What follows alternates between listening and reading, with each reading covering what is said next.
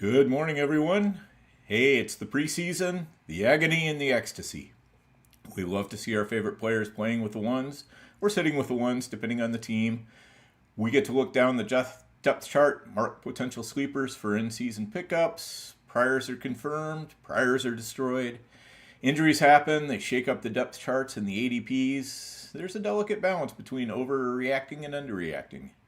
And we're here to help you stay firmly grounded. There's a lot to talk about today, so let's get ourselves into the empire.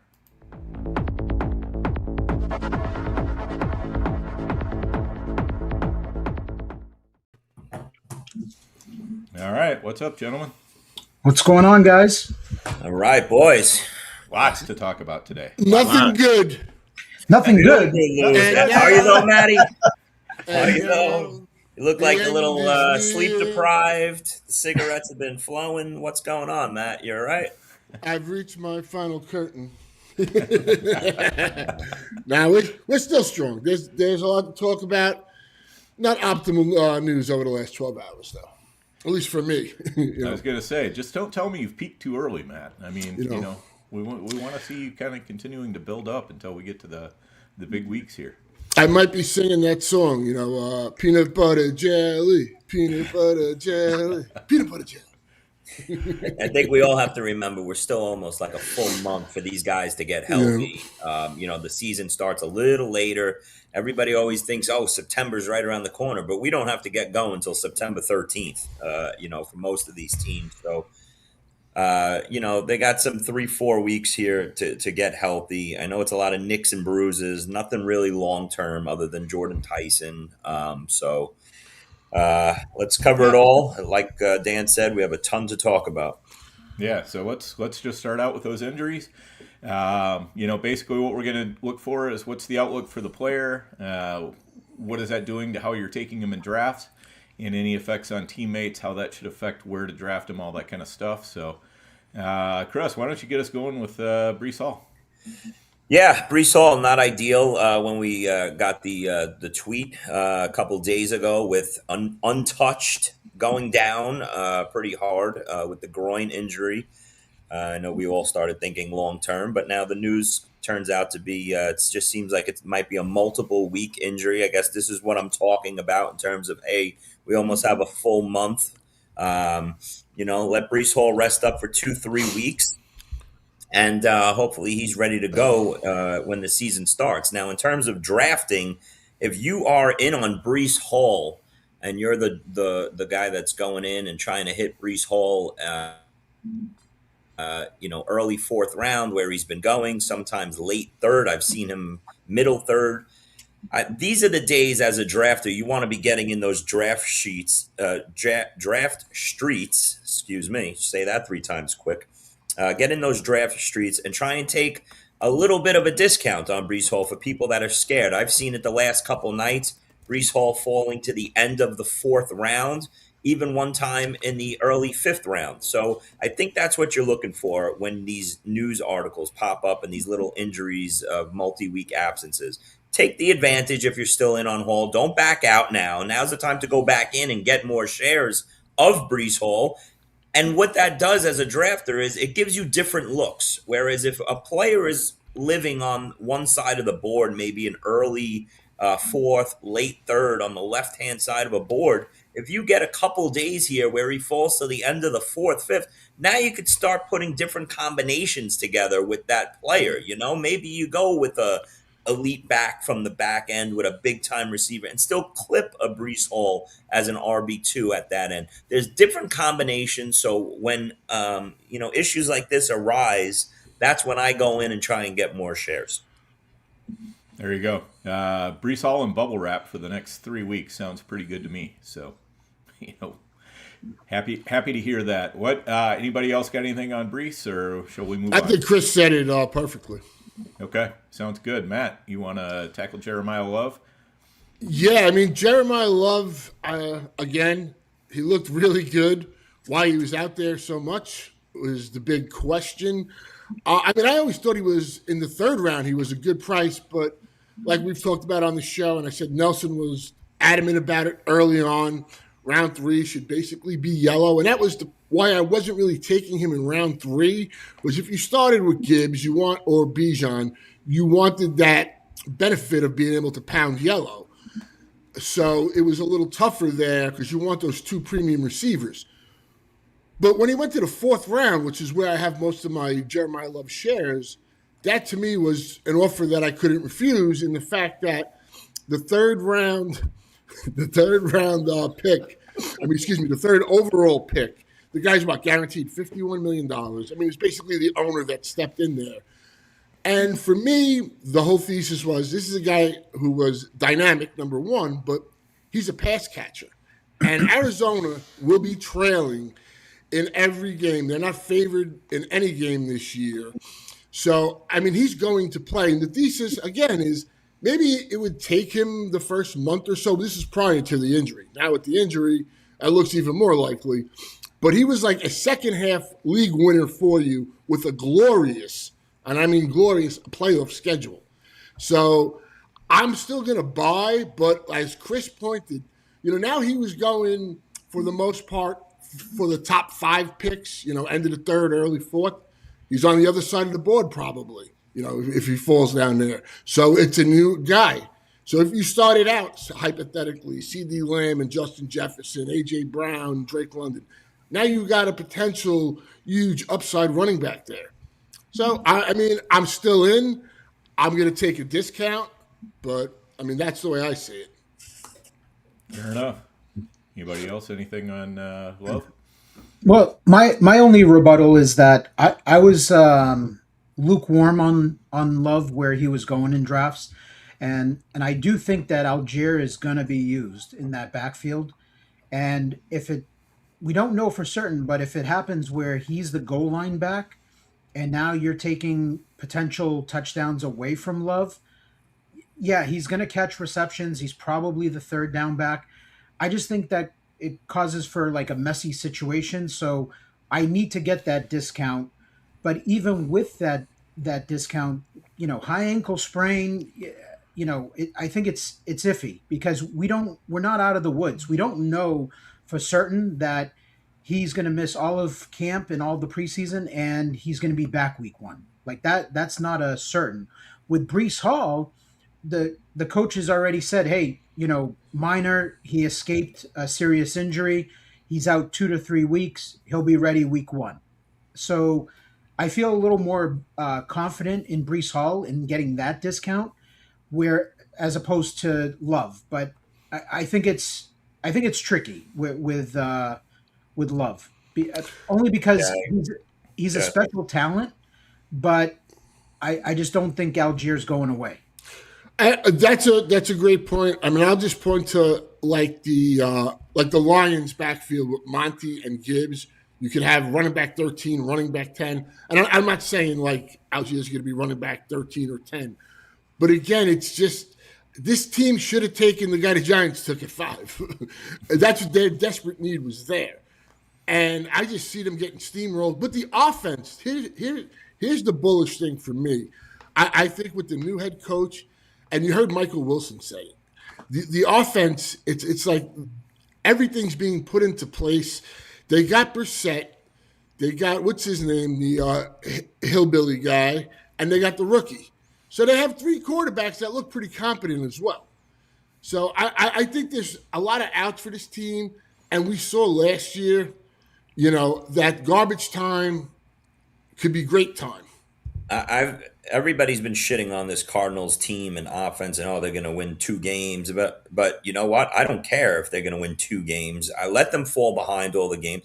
I'm wondering if, first off, I'm starting to really warm up more and more to Algier as a pick, in that 120 to 140 range right there as an RB4, simply because I think this guy finds a way to get 10 to 15 carries, 10 to 12 carries a week.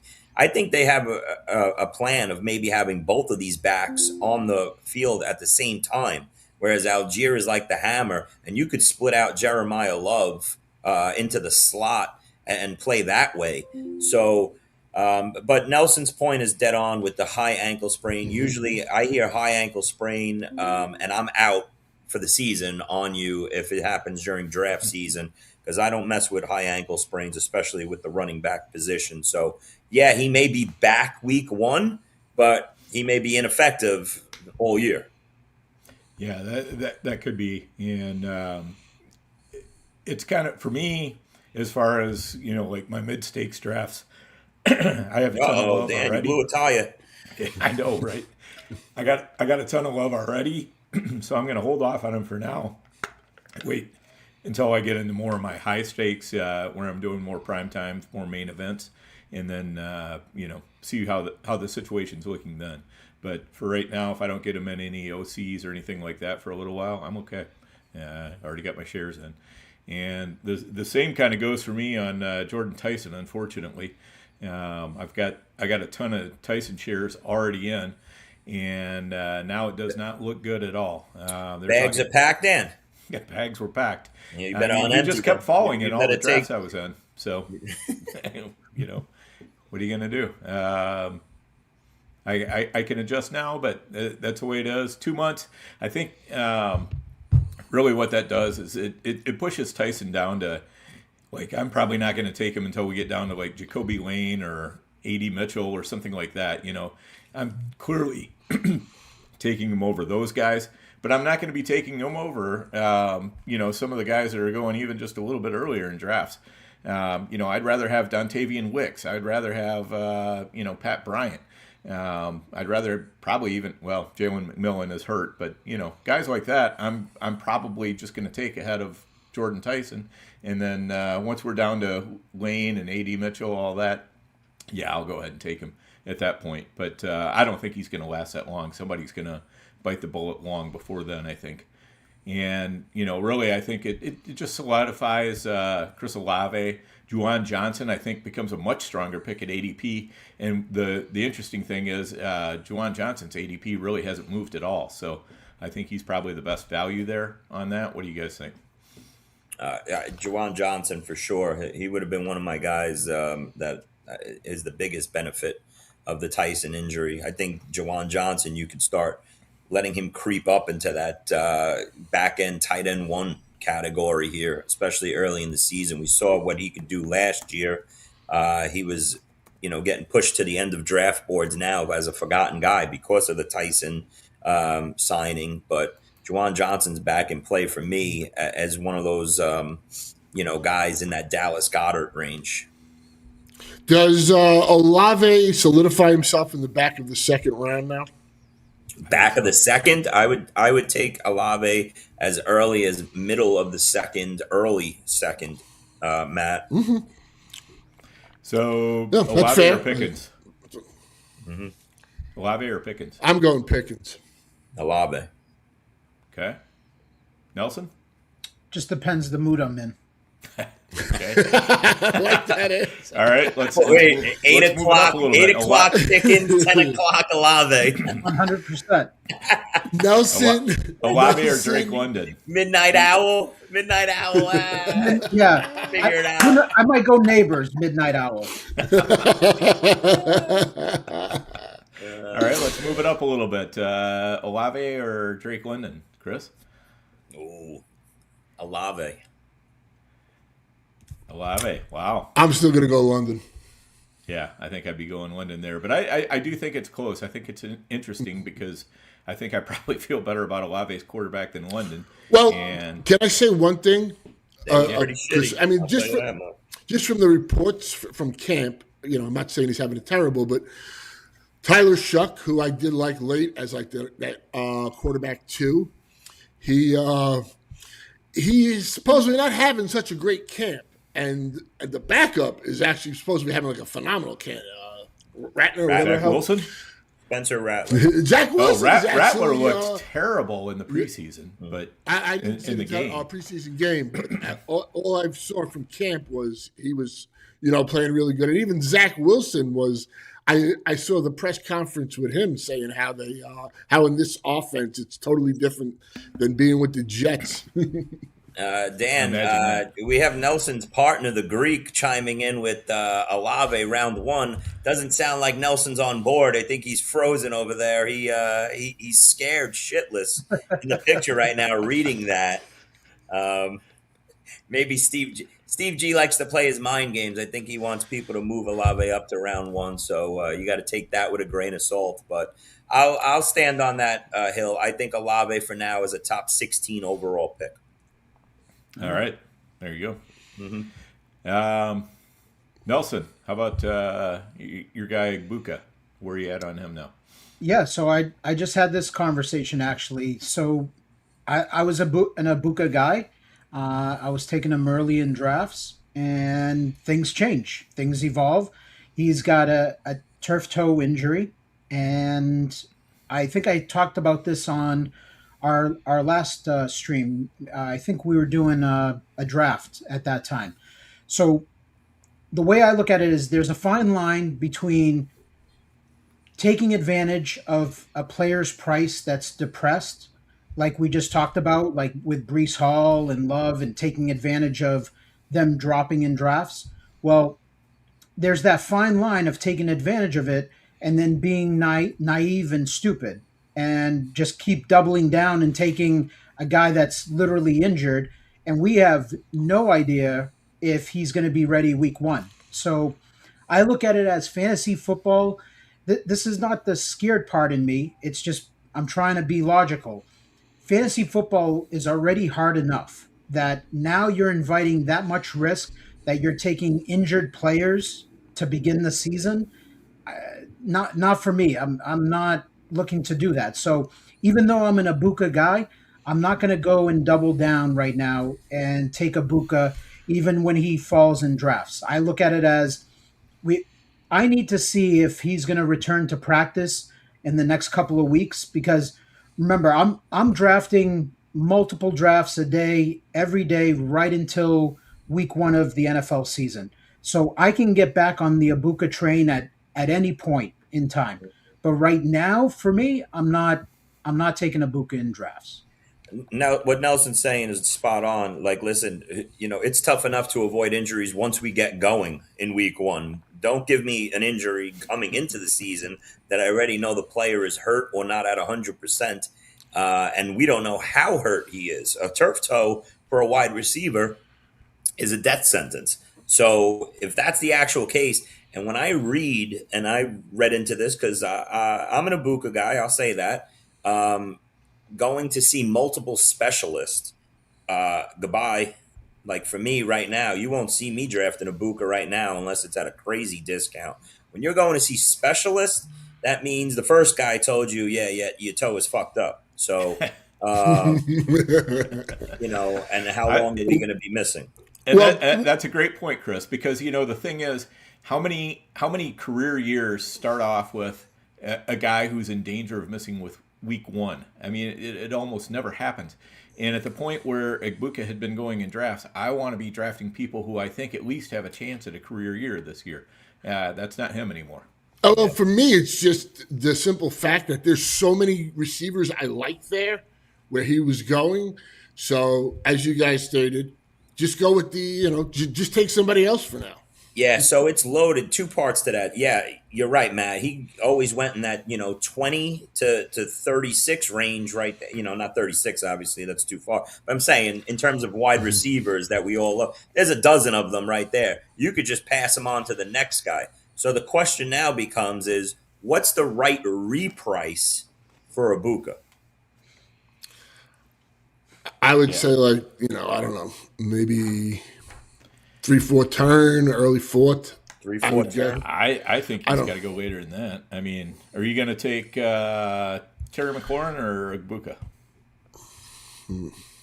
If I'm picking at the 3-4 turn or early fourth, that's going to be a tough decision. I mean, because what if though? Like, what we don't know.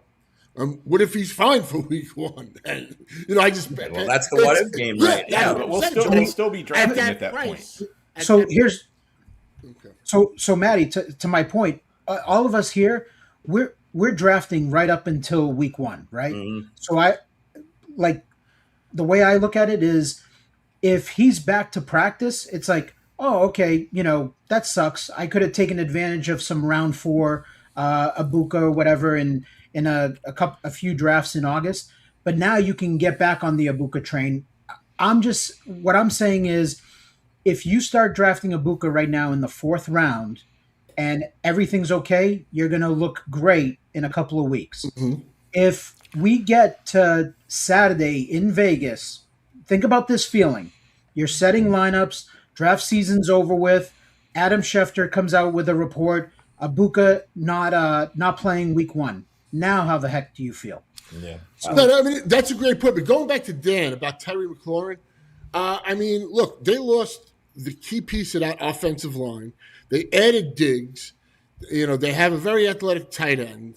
Rashid White's a good pick. I'm not saying, but I mean, there's other things that are there, and I don't think Diggs is running, 90% of the routes. But there are other factors that have come into that play too. What about Parker Washington then? If you want to, if you don't like McLaurin. Geez. Well, with Parker, yeah, but when it's too early. Wrong day. Wrong day to bring up a Parker. That's fair. Say Parker Washington's fine. It's whatever. It's just a week. Let's do the Parker. I want the guy that's going to play. The reason my whole thesis on Parker Washington was from the bye week of week 8, and you saw how the offense revolved around him. He's the guy that wins in the short, in the intermediate, and can win deep. So he's getting the easy looks. McLaurin's great. He's a fantastic player. I like him. I'm not saying I don't like him. I'm just making cases that I always do a pro and a bull and a bear case. Right. So that was my bear case. He's the guy that's the deep threat. He's never really been this guy that's getting these short, give me type of plays. That's all. I get it. I'm just saying, if it comes down to it, are you taking Parker Washington or Egbuka? This is back to a Egbuka topic. But I'll just say this last thing on Egbuka. For me right now, if I'm in a prime time, I'm not pressing Egbuka. Mm-hmm. Online championships on a nightly basis, you give me a little bit of a discount. Yeah, I'm willing to roll the dice. That's from a drafting point of view, how I'm handling it. I think that's perfect, Chris. I mean, because that's the difference between OC, primetime. There's a huge difference. It's like a lottery ticket versus buying a stock. There you go. And I'll give you like my point of view as, I don't know if you want to call me the president or vice president of Egbuka. El Presidente. Okay, there you go. So I'm telling you that I'm fading him at this point. Like full fade. He's never making it to the 5th round. At that point, when the wide receivers are cleaned up that I like, that's when I would say, you know what? I'm going to gamble on this kid in the 5th round. But I know he's not making it there. I've done a ton of drafts. Just yesterday, he's barely touching 4th round in draft. So I look at it as I'm just fading the guy right now, and that's okay. Like I don't need to buy the discount. I look at it as, like I said, there's a fine line of being stupid and trying to take advantage of a depressed price. I don't want to fool around with an injured guy that's got turf toe. How about this? There's bulls, bears, and pigs get slaughtered. Yeah. Yep. The old pigs get fat, hogs get slaughtered. So, all right, we're going to take a quick break. We'll be right back. The NFFC, my favorite high-stakes fantasy platform. Why? 3rd round reversal, Kentucky Derby draft slot allocation. So it's a lottery-based system where you can put in your preference, where you want to draft. It's full PPR. There's 3 receivers. It's the best place to play fantasy football, especially for high stakes. And now they've combined with the FFWC, they have a lot more contests to offer. In fact, they have the Double Crown bonus where you can join the NFFC Primetime, and if you win that, $300,000. You can also join the Circa World Championship, and that's $200,000. You win both, you win $1 million. So go to playnffc.com/profiler and check the show description for a number of promo codes you can use. First time 100 to get $100 when you sign up, but also every time you sign up for a new contest, we give you codes to use to get discounts on those entry fees as well. Thank you to the NFFC. They make our podcast network what it is.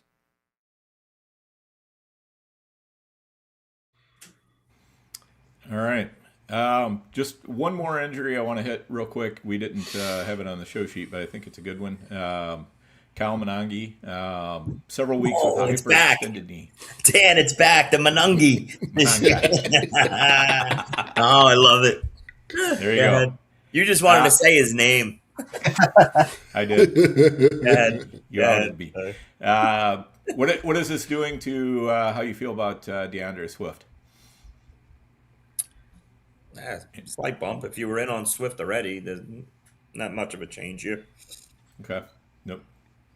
Nelson? I agree with Chris. I think this boosts Swift's. I think Monangai is definitely a guy that's going to be involved in that offense. That was the plan. And I think to start the season, I think Swift is going to see a full workload. Obviously, they still have Roshan Johnson, so he could factor in a little bit. But I'm a little more bullish on Swift now with that injury. How much are we talking though, Nelson? I mean, listen, the Monangi, Kyle Monangai. I'll say it the way I say it. Dan, you almost got me to change his name up right there. Shit. It's working. It's working. Yeah, it is. See, this is the HAN-ETN thing. It's they already said, they came out and already said it's a 2-week injury. So, this guy could be full go 100% on opening day as well. It's not something that's going to linger into the season with extended time or an IR stint for Kyle Monangai. So my question to Nelson then is, listen, we all like Swift. He was going at a 5th-round price. Is this a full round upgrade in your opinion, or just a slight upgrade? Well, I mean, if you want to talk about players to take over him, I rather have him than ETN. What about Breece Hall right now with the injury? Does Breece Hall jump him for you? So I would take Swift before I take Breece Hall. Okay. Where did you get that, Chris, that he's only going to be out a couple weeks? I heard several weeks. 2 to 4 weeks is what I saw. 2 to what? 4, you said? I saw 2 to 4 weeks, hyperextended knee. Okay. Yeah, I saw 2 to 3. I saw 2 to 3 weeks. So. But again, like you guys are saying, we still have almost a month. Yeah. Yeah. Now, granted, he's got to get ramped back up. So, yes, this maybe lingers into the early season. I think that's what Nelson's saying is early in the season in September. This is a full Swift role. So, yeah, I get it from that perspective. No doubt about it. I think it makes it more interesting if he drops a round or two later, starts falling. Because this is still, a really good run offense. And something happens to Swift, you got a great contingent bet on your hands. Yeah. Yeah. All right. Let's move on. Let's talk about some observations from the preseason games. Matt, why don't you lead us off? Anything you saw that's noteworthy from the games this past weekend? Whatever you want to cover. I was going to go with a different player, but I think I got to go with Mike Washington Jr. because we had Benjamin Albright on the show Sunday night. And look, Mike Washington Jr., that run was really nice. The move he made at the second level before he kicked into speed was great. Benjamin Albright was saying that he expects a 60-40 split, which I disagree with. I don't see that happening. I know. I disagree adamantly with that. Yes. Well, that's why I'm bringing this up, because it was on the live stream on Sunday night. Mm-hmm. And Benjamin is, a smart guy and stuff. So, but look, Shanahan's always used 2 backs, this is Genty, ride, die, all that kind of stuff. Will Washington be worked in? Of course. I mean, most of these backs have somebody that does come in and place him, but he's also a rookie too. I don't know how he does in pass protection. And we learned last year with Trevion. I don't care how good you are in college, in that situation, it's a different ball game in the NFL when you reach that level. So he's a guy that's definitely, I brought him up as well because he's jumped up.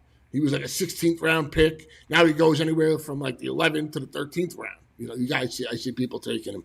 So, I mean, that was probably one of my biggest observations, and I just wanted to get that out there. Like Chris, I disagree with that assessment, but it was a smart guy that said it, so I thought I'd bring it up.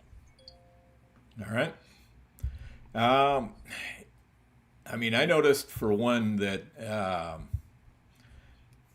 Achan, and when I say Achan, I mean the one in Miami.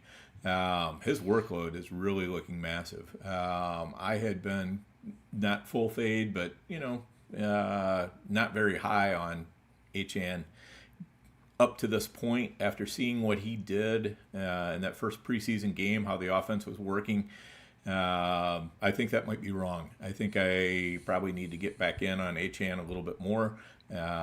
Liking what I'm seeing from him. I'm not worried about him really losing goal line work. I think he can work around the goal line as well. He's shown he can do that in the past.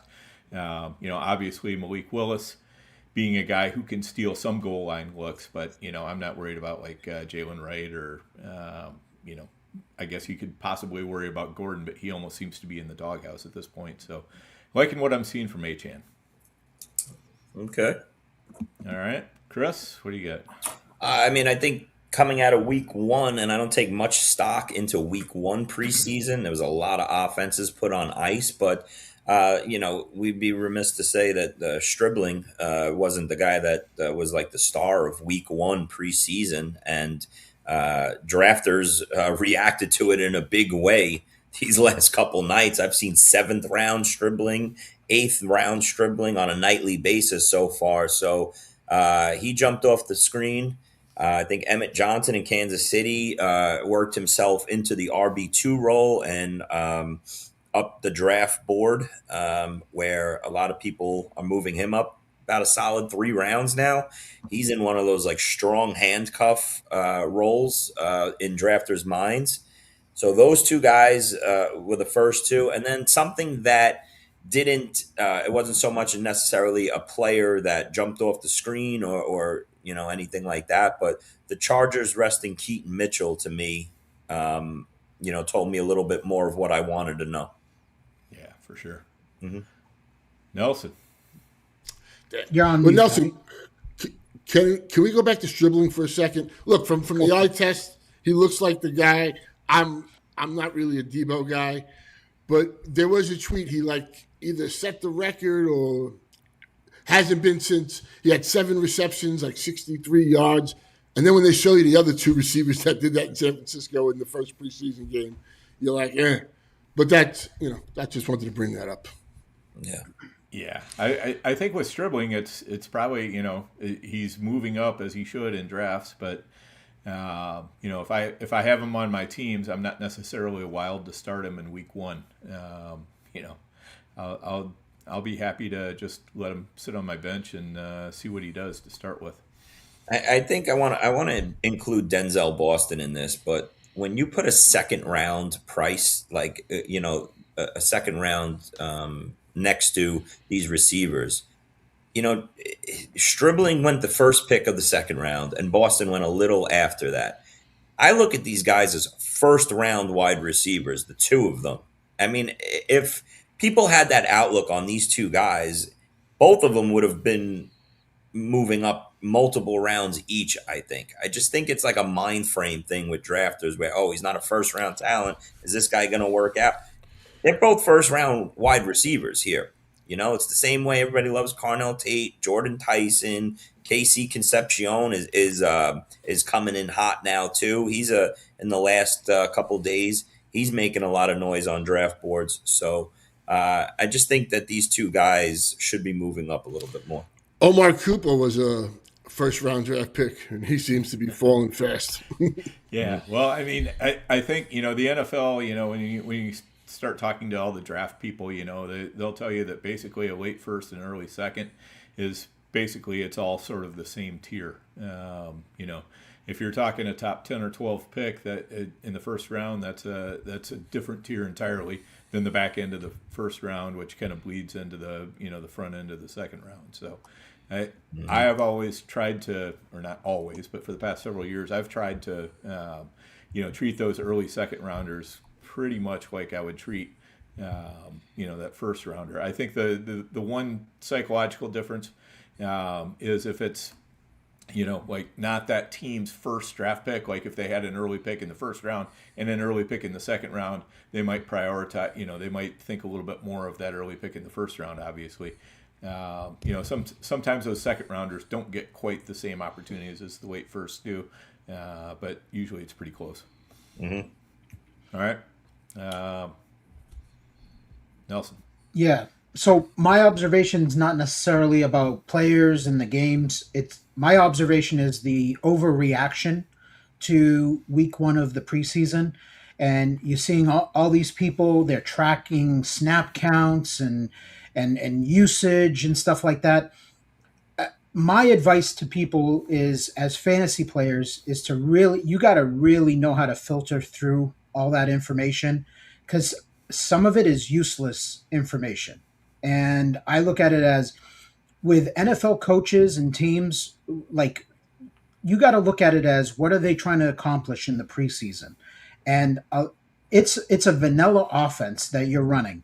Coaches want to see players in certain situations. They want them to get a certain amount of carries because they want to see what they have in this player or whatever. It's all kind of by design. So I don't think you should be reading too much into it. It's a very small sample size, and I look at it as, like, I think we overreact too much to these kind of preseason games and stuff like that, because once week one hits and the lights come on, the offense they're going to be running and the players they're going to be putting in place is not indicative of what we saw like week one of the preseason. So there's countless examples, through the years where we kind of get caught in that and we get trapped into that. And I just want to give more of an advice and in, like, filter through the information, find out what's useful, find out what is just noise, and go from there. So, to jump on Nelson's point, Sean Payton, I think, said that best. They asked him why he took Jonah Coleman out so fast. He said, it was the same thing I saw 3 weeks for the past 3 weeks. I seen enough. I didn't need to see any more. So You didn't want to leave him in there for 14 more touches, like Jeremiyah Love. Well said, Dan. Crazy.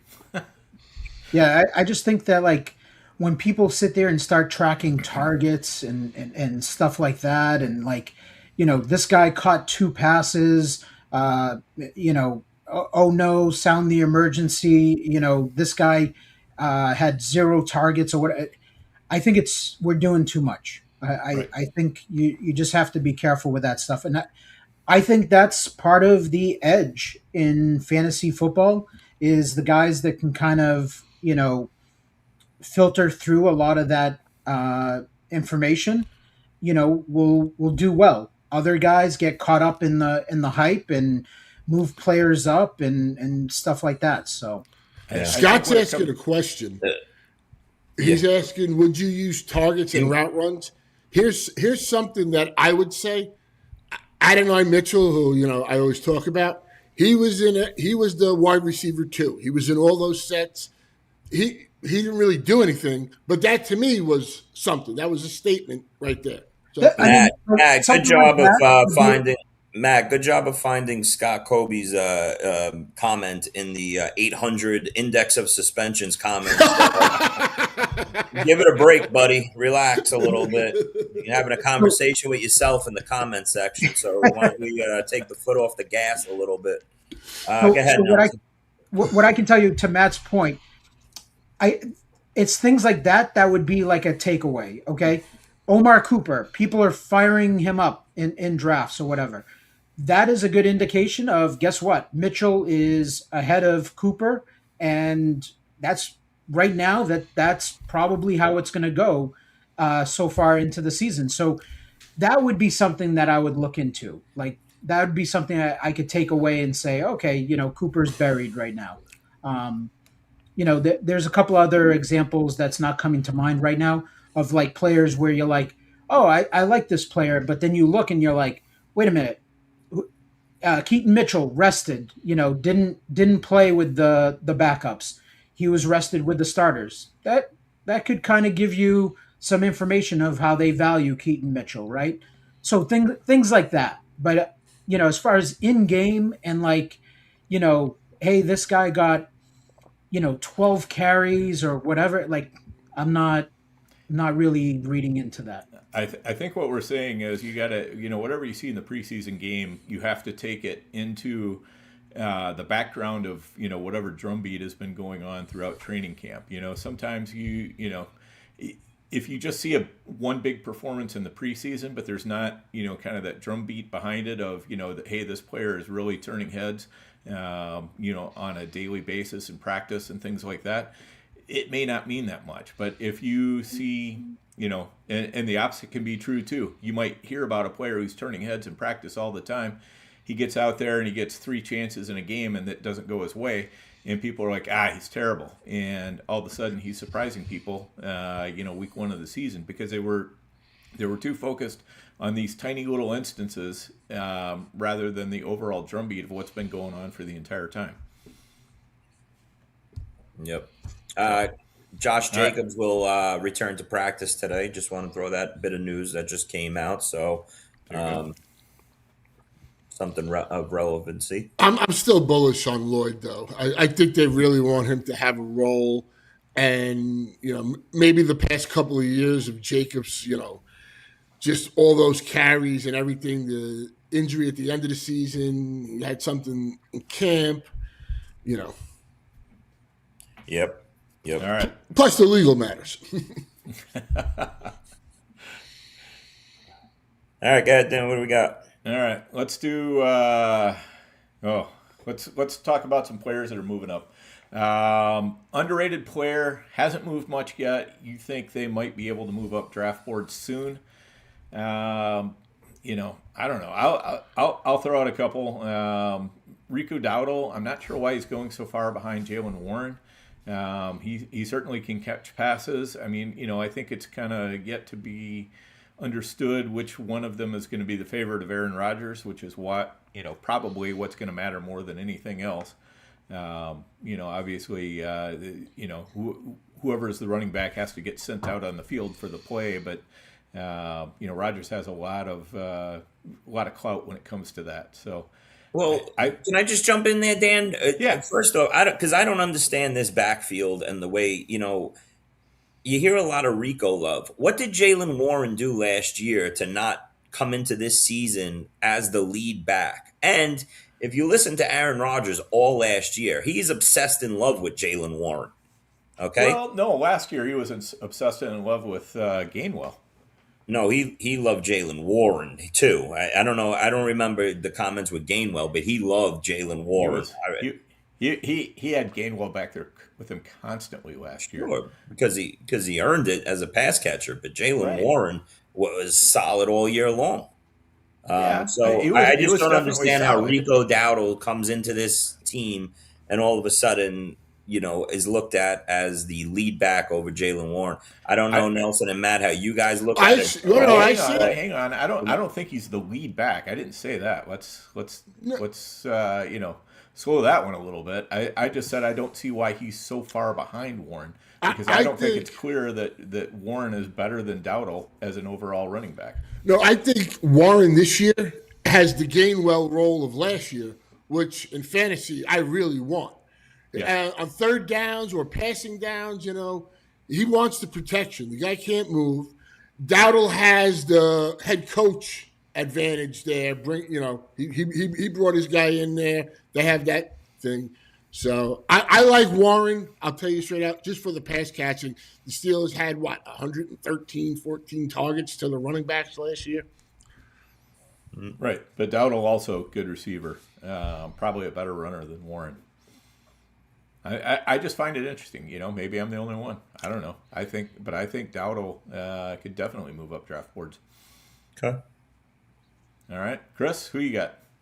Well, I mean, I guess it ties back into what we talked about, what Nelson talked about earlier in the show with Emeka Egbuka. But for me, I've had 3 primetimes so far in the last 10 days. I'm 3 for 3 here on Chris Godwin as my wide receiver 4. Getting him in that 6th, 7th round range. It's twofold. That I already like Chris Godwin as someone that I think could catch 85 balls in this offense this year. And if you give him as a wide receiver 4, I'm going to take it each time. And then, if Egbuka misses any time, we're looking at a de facto wide receiver 1 here. And now that McMillan's a little banged up, who knows? So I just think Godwin is a little depressed right now on the board. I could see him moving up a full round. And Dan, you talked about my other guy, Jawan Johnson, I think is going to move up big time on draft boards with the Tyson injury. So those are 2 guys that I think are mispriced on the board. All right. Nelson, who you got?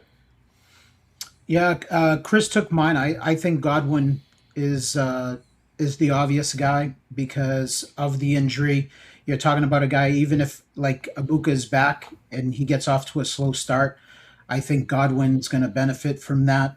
And where he's going, I expect like later in the draft season as we move along that things are going to tighten up a little bit, and he's gonna move up probably in like that 5th round area. Because if you remember, it was Jordan Tyson that was the wide receiver on the rise, right? Jordan Tyson, for the last week and a half before the injury news hit, was the wide receiver that was moving from the end of the 6th to that 5-6 turn, right? Right around pick 60 overall. There had to be a name. Josh Downs had his little run in that range of being the hot wide receiver.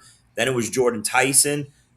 Once the big money is on the line, some of these wide receiver names that are going after that last tier in that 4th round, 5th round, someone's going to start stepping up and moving into that range. Those other 2 are out now for a little bit. Let's see if Godwin is the name that moves into that place. I think you guys nailed it with Godwin there. Am I up now? Yep. I mean, for me, I'm going to tie it to the Cleveland Browns. KC Concepcion, you're seeing him rise. Everybody got to see him on display. He's always had bad quarterbacks, even in college, something that probably held him back a little.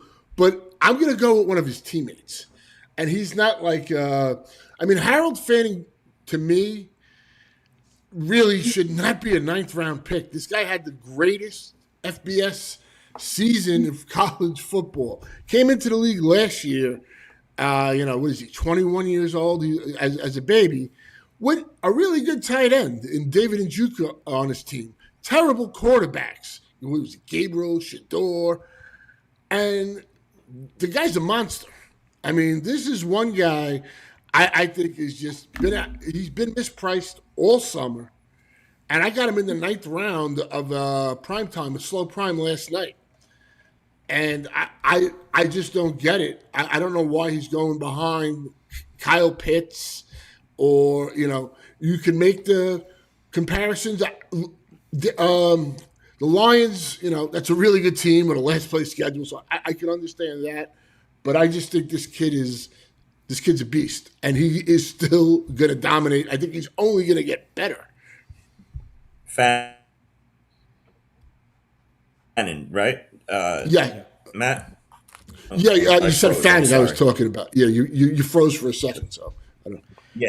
Yeah, I'm sorry. I froze up over here for a little bit. Matt, I'm glad that you brought up Fanning, because I think the reason why we're seeing Fanning not move up as much as anything is because of people looking at Concepcion and Boston now in this offense, that they're bringing in these 2 young kids. They're both the beat reporters are steaming them up and hyping them up each day. And now it had me even thinking the last couple of days, I'm like, I've been saying for weeks Fanning's mispriced on the board. And I'm trying to see those tight ends, like how I'm going to have them in order and everything. And yeah, I love Fanning too, but maybe there's less targets to go around now because of Concepcion coming in and being, a PPR wide receiver, and Boston looking as good as he has looked as compared to past years with what the Browns have to offer in the pass game. I still think Fanning's probably getting 90-plus targets, almost regardless of who the wide receivers are. I could be wrong there. And Scott Kobe says, Deshaun Watson kills tight ends. I don't know if that's necessarily true or if that was just a function of who they had available to him when he's been playing in the past. But I think that Fannin is still going to be a big part of this offense no matter what. Yeah, I think there's two schools of thought with Fannin. One, I thought I was going to be like full fading Fannin because he was going to go too early for me.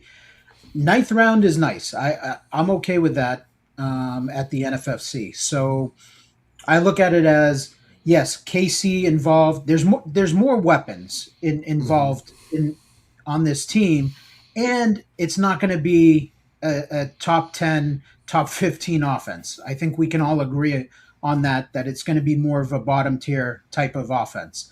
So that's kind of like the case, the negative case of Fannin is that more targets, offense is not that great, so he's going to regress. But then the other thought of it is, well, if the quarterback play is not that great, they're going to be trailing in games. That could be more targets in the middle of the field, especially their O-line. I don't think is all that great either on paper. No, so it's all rebuilt. Bottom-ranked offensive line across the board. But they weren't last year too. Yeah. So, like, my opinion of the Cleveland Browns offense is I want nothing to do with Judkins, and I think KC and Fannin are reasonable bets. Yeah. So that's kind of. I mean, I would add Boston in there because he's actually falling now with the rise of KC and Dylan Sampson. If Monken is going to use him, I really like Monken being the offensive mind there too. And I mean that pass catch by Dylan Sampson, it looked like when we were playing video games, and you hit the turbo button. That was pretty nice. Mm-hmm. The kid's fast. Still underrated on the board, in my opinion. But you're right. Like, look at this division. They got 2 games versus the Bengals, 2 games versus the Ravens. How are they going to keep up with these teams? They're going to be playing from behind. They're going to be down 17, 20 points in most of their games. Fannin, KC, Concepcion, Boston. These are cheap picks on the board right now that could get themselves into weeks where they catch 7-8 balls playing from behind. Well, with Boston, I think he could be a really good red zone, end zone guy. He's great with the contested catch. That was one of his real big strengths. Yeah. More so the other two. KC Concepcion is that middle of the field, player that could catch 7 balls. Fannin, same thing. Boston's the outside guy, the big body. Yeah.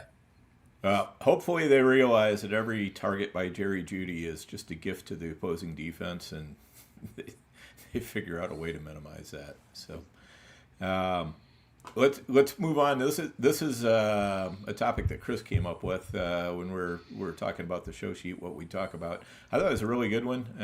Bring your own definition of this, but curious which teammates you guys think we can get for cheaply and why it's a good idea. In other words, your favorite cheap stacks.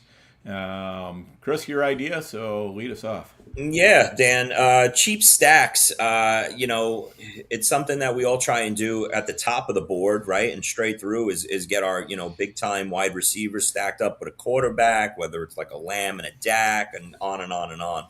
But I've been noticing that there's these secondary stacks that we're always interested in every draft season and trying to see which ones, are the easiest to get and put together with with very little ease. For me, I've been having it happen a lot in drafts the last couple of weeks is, a secondary Packers stack. And that's really with getting either Reed or Golden in that 7th, 8th round range, or Tucker Kraft, or both. A combination of Kraft as your tight end with Jaden Reed or Kraft with Matthew Golden. And then coming back in like rounds 13 and 14, where no one's really on top of or in love with getting Jordan Love, and putting him as your quarterback too. It's an offense that I think a lot of us like, that I think will put up some, heavy fantasy points on a weekly basis. Their defense is subpar. And it doesn't need to be your main stack, or it could if you run out at the quarterback position and Jordan Love is your one in a combination, and you just mix and match each week. But to not have to pay a top 6 round price and put together a 3-person stack with the names I mentioned, and even with Watson, I see a lot of people doing it as well. You could get Christian Watson in the 4th round, come back and hit either Reed or Golden or Kraft, and then finish it off with Jordan Love. And there's some weeks where, they play a team like the Bears or the Lions, and you roll out your Jordan Love, Tucker Kraft, Christian Watson stack, and it cashes in. There you go. And you've been agreed with by the Duke. So the Duke of Earl. Duke. Thanks for taking time off of your Twitter wars. To come in. Who knew Duke was going to be in Twitter beefs? Oh man, gotta love it. Shout out Duke. Definitely. Shout out to the Greek. There's a new one every day. Shout out to the Greek. Yeah. Nelson, what do you got for a stack? I mean, I don't have too many favorite like cheap stacks. I would probably, the one that comes to mind that I've done is probably Justin Herbert with QJ and Trey Harris, and just kind of when McConkey goes early 3rd round or something like that, and you can't get him. I think Quentin Johnson with Trey Harris, Herbert still goes at a fair price. Mm-hmm. That would probably be my favorite cheap stack. Okay. I mean, for me, if you're really, really talking cheap, I really don't want to.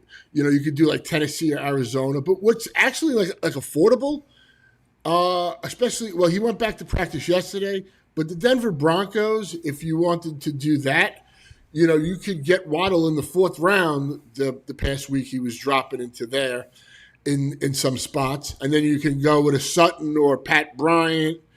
If RJ Harvey was your flavor, or so, and Bo Nix goes so late. Yeah, Waddle, Pat Bryant, Bo Nix is a cheap one on a good team. Yep. Mm-hmm. I really like Jalen Hurts, and then you can pair him up with Goddard or Wicks late. I mean, Hurts is going, I think, really late for a quarterback, and Goddard kind of goes pretty quickly after him, so you can double tap there with Hurts and Goddard, and then come back and get Wicks later. Cheap way to get in on the Philly offense. That's solid, Dan. Yeah, that's a solid three-man stack right there on a good offense. So that's a fun one.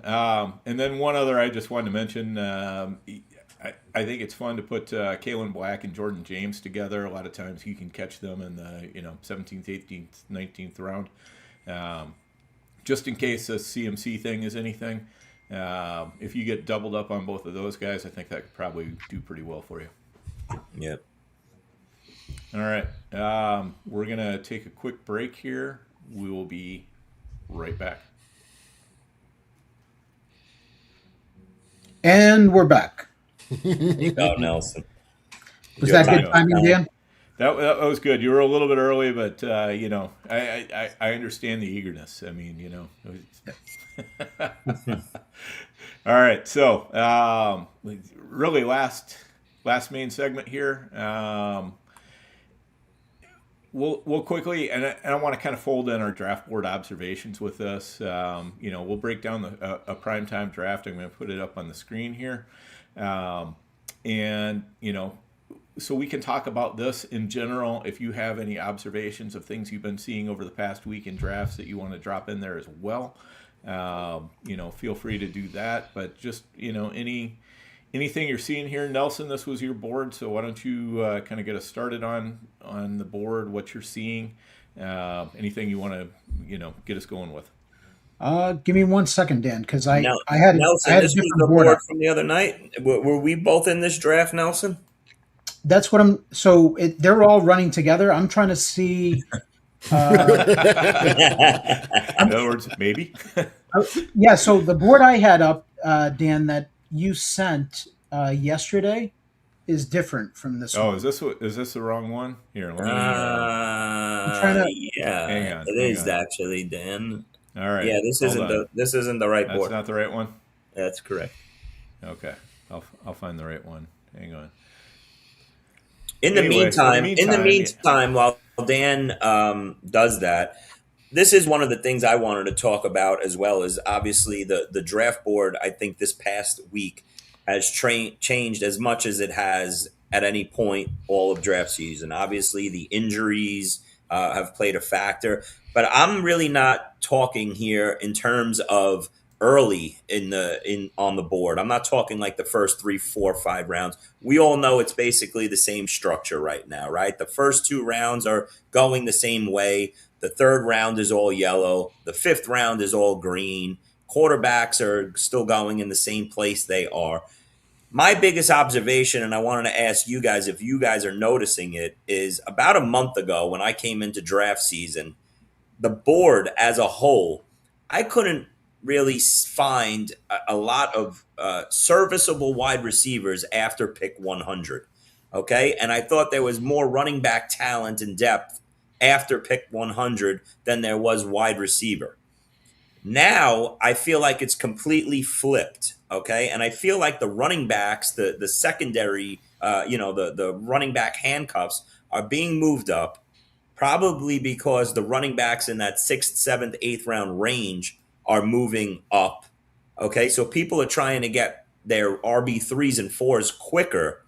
And what that's doing is it's allowing people to go and capitalize on these wide receivers after pick 120, just because there's been so many that have come into the scene, the draft scene. And you talk about Pat Bryant, you talk about Malik Washington and Caleb Douglas now. Trey Harris is a hot name. The Raiders receivers, Jalen Naylor and Trey Tucker, Adonai Mitchell, McMillan, Wicks, Cyrus Allen has come into our lives, and Jacoby Lane. These are like a dozen names, and I'm sure I'm missing a couple others. There's 12 to 15 wide receivers now that people are in on and drafting here as their wide receiver 5, 6, and 7 here after pick 120. So what I'm finding on a nightly basis is that these wide receivers are available after round 12, and the running back rooms are drying up a lot quicker. So if you don't have your RB3 and 4 before you get to like pick 110, 120, you're looking at shit.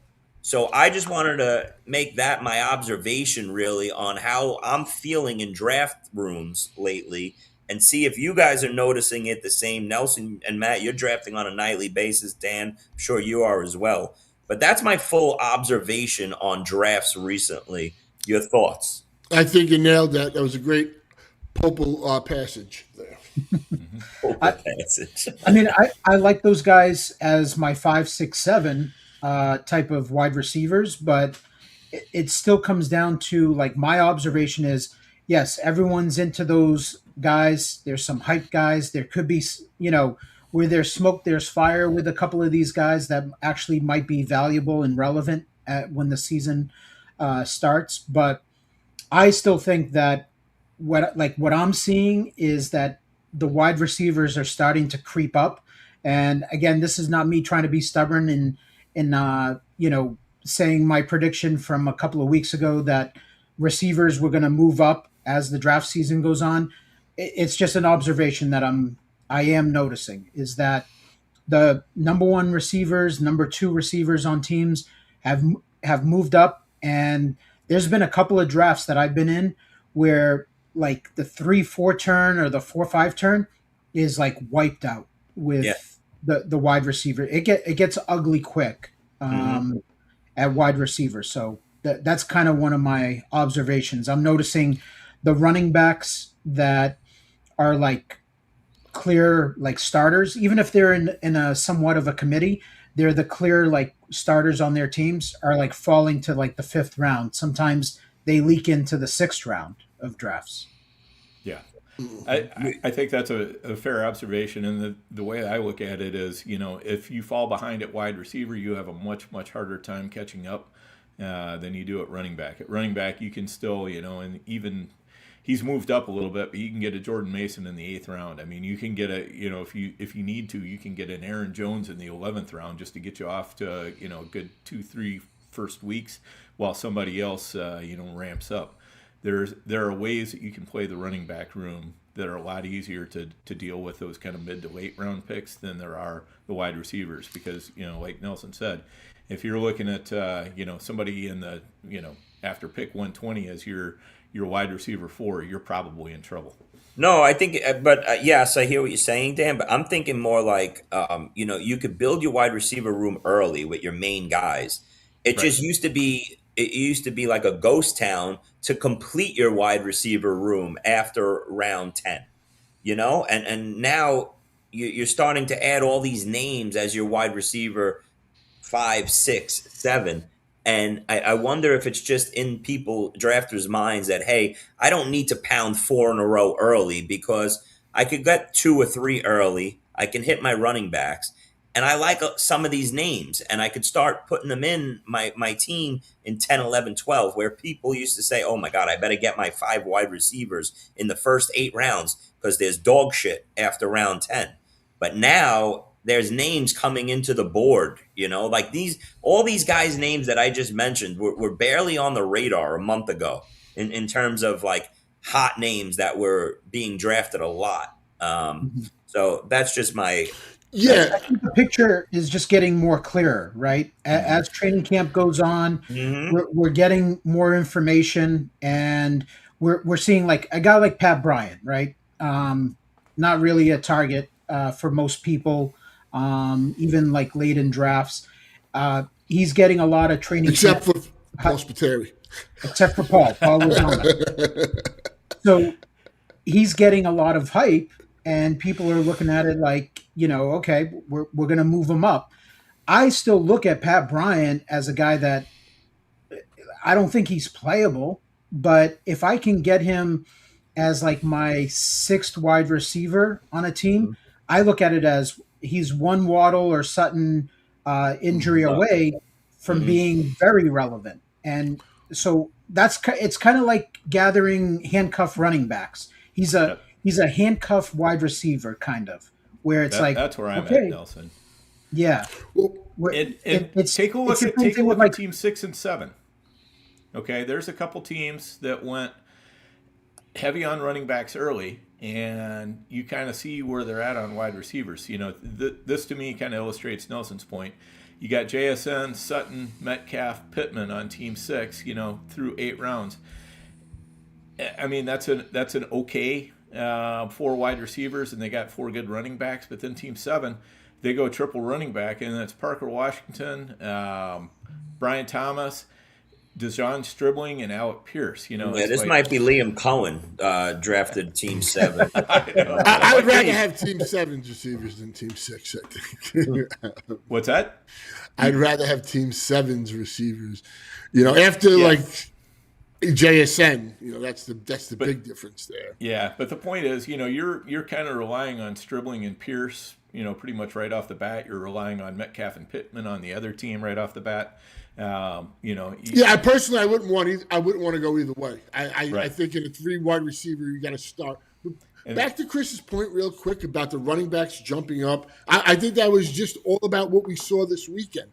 You saw Mike Washington Jr., you saw Sampson, Emmett, what's his name? Johnson. And even Jonah Coleman. All these guys moved up. Everybody got to see them with their eyes. They all looked good. The coaches, whatever they said. So that was the big move this weekend and the reason why. Yeah. All right, Dan, we want to tackle this board or Yeah. And to your point, Chris, that's what's pushing some of those wide receivers down a little bit too, because we got the Mike Washingtons moving up from round 15, 16 up to round 12. So it's going to be pushing some of those receivers that you like past pick 120 even down a little bit further, so you can grab a couple of them. Yeah, let's start out. Chris, you want to do team 1 there? Team 1, structurally, I'm fine with it. He gets the bad news with Breece Hall at the turn, but you come through 7 rounds and you have 4 receivers and 3 running backs. I like that. Depending on the combination, I'm not gonna again judge based on players. Some of these players I'm in on, some of them I'm not.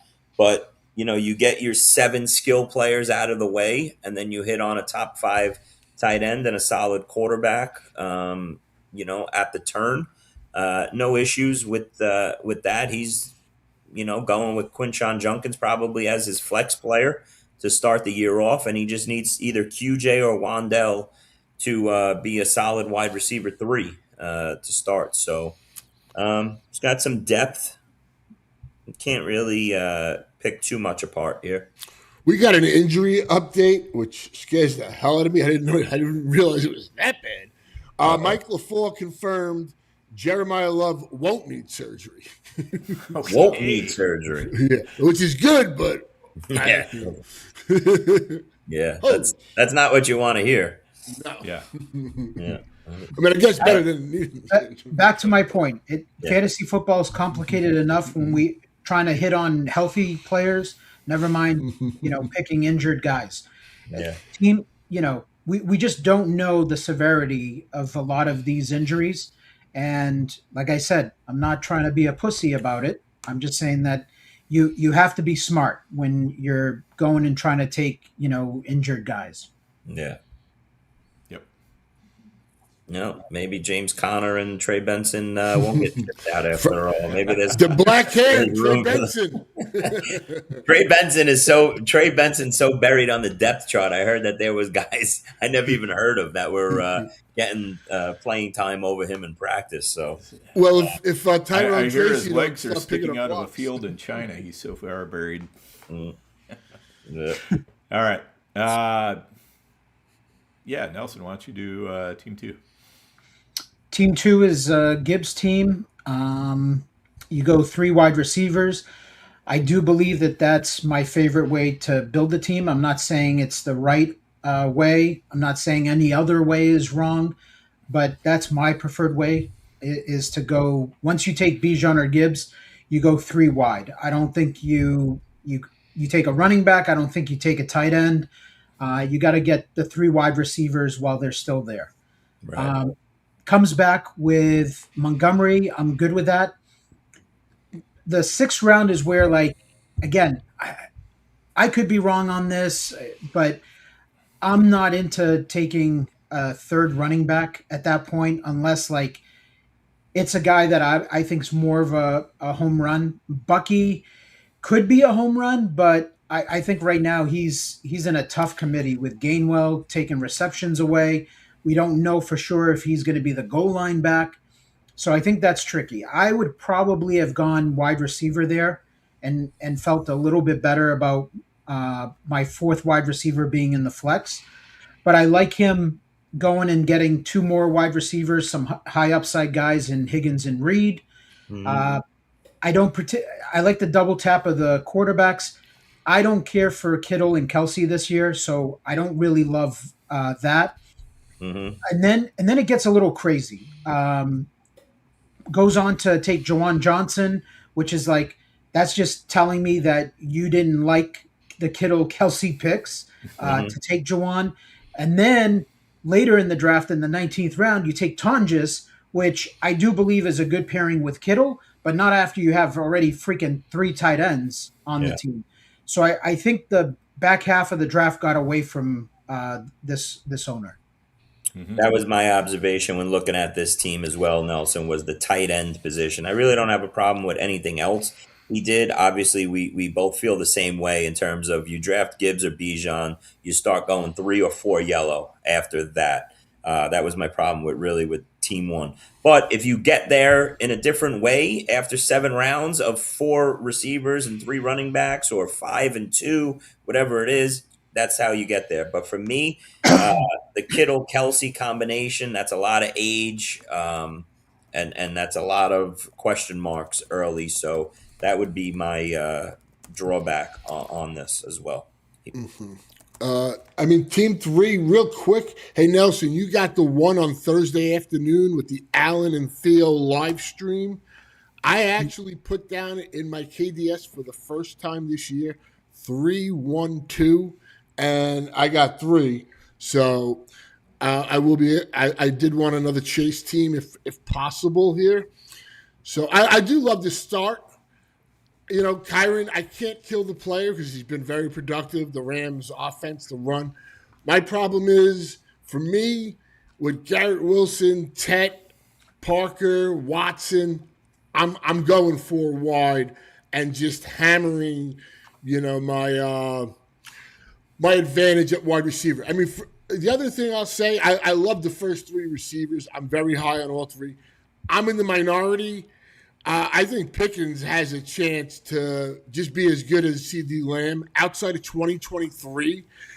Pickens last year was better than any other year for Lamb. And a couple of years back in an Arthur Smith season in Pittsburgh, he had a really good year. So I think he's 2 years younger, and he might be the guy on the rise. I'm not saying I don't like Lamb. I just think it's a lot closer for me than everybody else. McConkey, as the quote said, he was born to play in this offense. So I love that start. I don't like the 3 running backs here because I think you just had too many good wide receivers, and I'm going to take the gamble that somebody like a Swift or a Monty or even Etienne, Etchen, whoever you want to call him. I mean, I'm fine with Tootin still. I'm still a Tootin believer. One of those guys is there in the 5th round for me. That's how we've been, you know, for 2 months we've been doing this. So that's my biggest gripe there. I like the Diggs pick. You know, I think that was a really good pick. LaPorta doubling up on Herbert and Prescott. I like that. I mean, I like a lot of the things. Even Mekhi Lemon in the 11th round, almost the 12th. No problem there. Shaheed. The Rams defense for that advantage. McMillan, another guy I like. You look at this guy's last 8 games. I mean, half of them were really, really good.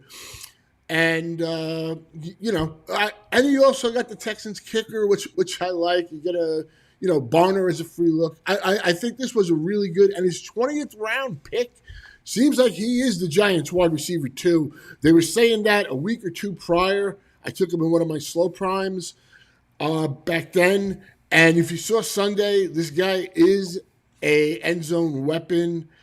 So I really like this. I just would have – that's my critique in the 4th round. I think there were too many good receivers there for me to pass.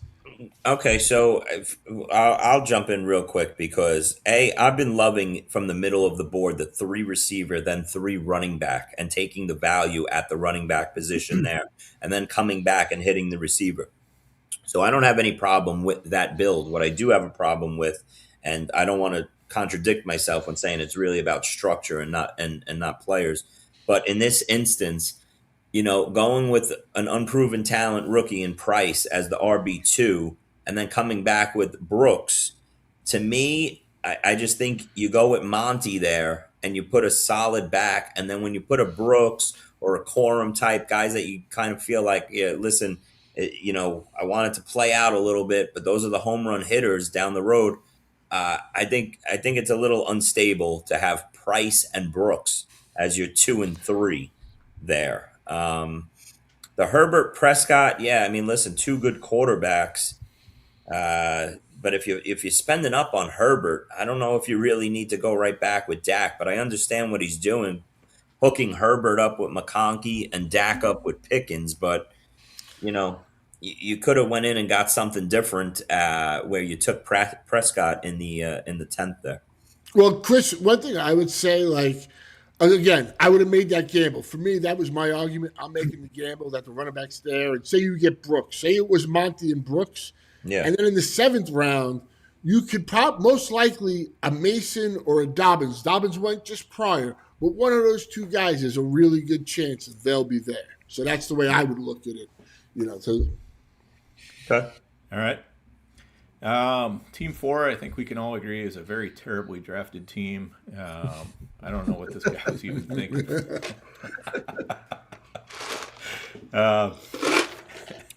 That's why Dan wants to switch partners for this football guys live stream. Yeah, that's why he's out. Right. I got one look at this, and I'm like, I'm out. No. I, Go ahead, I Bill. like how I like how the team was put together. This is Nelson's team, just to be clear to all of our listeners. We had Puka Nakua, Malik Neighbors, Jalen Waddle, and Garrett Wilson to lead it off. So 4 strong receivers, and then DeAndre Swift, who's just looking better with the Monangai issues, comes back with Carnell Tate. I do believe that Nelson has a very soft spot for Tate, but he's been falling here, so why not? Drake May, that's another Nelson staple, but I love to see it. Jordan Mason, so now you've got 2 good running backs. You come back with Tucker Kraft in the 9th round, great price on him, and then you're just basically painting it green because you've already painted it yellow. So, a lot of you've got your 2 starting running backs, so it's basically high upside backups, from here on out. Lloyd, Bigsby, Spears, Marks, Braylon Allen, Seth McGowan. These are all players that are basically 1 play away. Patriots, you went with both Patriots kicker and defense. Don't mind that at all. Okonkwo, he's totally fine there. And Cam Ward as a second quarterback, waiting on quarterback really late when you have May. I like how the team is put together. I think this was painted perfectly. And I'm not just saying that because Nelson's, my boy and stuff. No, I think it was. He's always going to speak the truth. So No, we all. I hope we all are. I liked it too. I thought getting Garrett Wilson at a discount in the 4th, made your first 4 rounds a dream. Obviously, Swift is one of those backs. If you could clip him in the 5th as your RB1, it makes that build perfect, right? Nelson, I'm sure there's a couple other running backs there that you would feel the same about. Montgomery, Scadaboo. it was an ownership deal. I've got plenty of Montgomery. I'm switching over to Swift. Mm-hmm. Moving him up a little bit and get some shares. My 2 questions would be this.